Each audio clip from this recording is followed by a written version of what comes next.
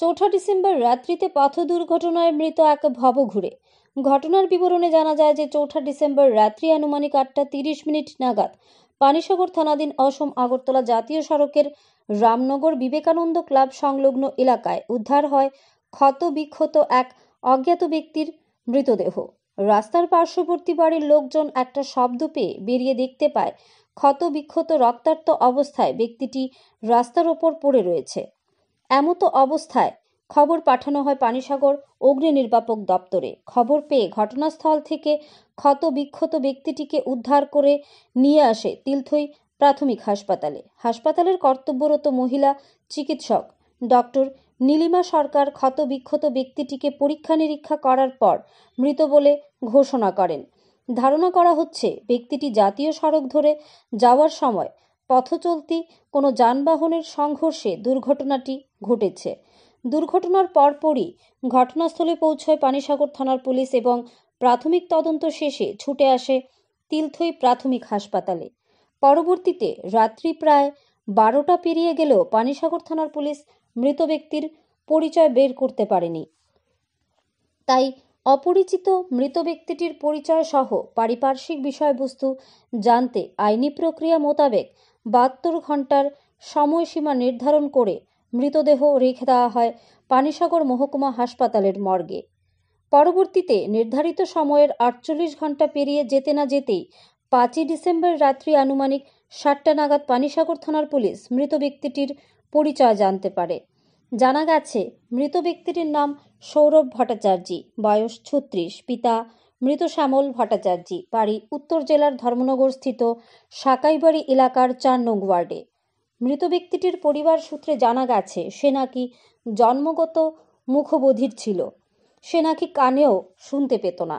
জানা গেছে মৃত সৌরভ ধর্মনগর স্থিত বাড়ি থেকে বেরিয়ে কি করে পানিসাগর থানাধীন জাতীয় সড়কের রামনগর এলাকায় পৌঁছলো তা এখনও নিশ্চিত করে জানা যায়নি।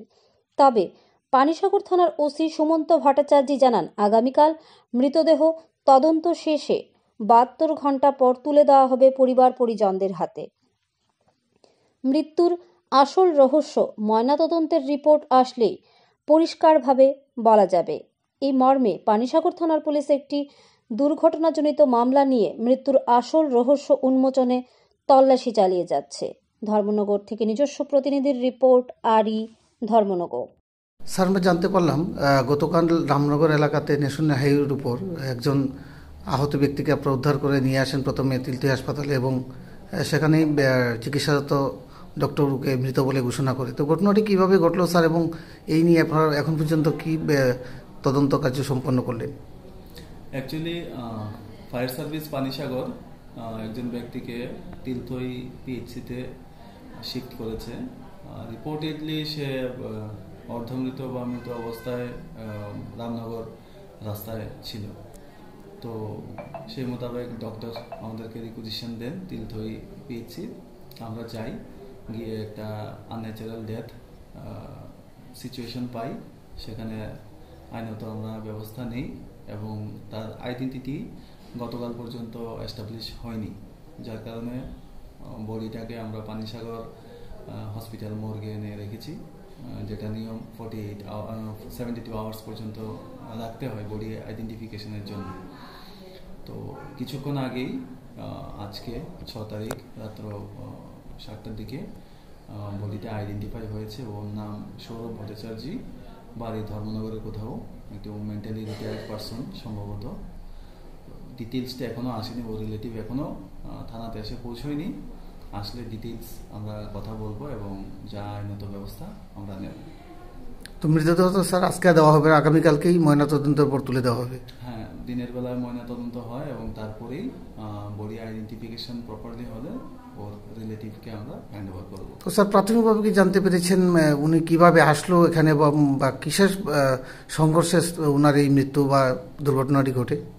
এটা আপাত দৃষ্টিতে মনে হচ্ছে রোড ট্রাফিক অ্যাক্সিডেন্ট, কিন্তু পোস্টমর্টমের পরেই আমরা ডিটেলস জানতে পারবো।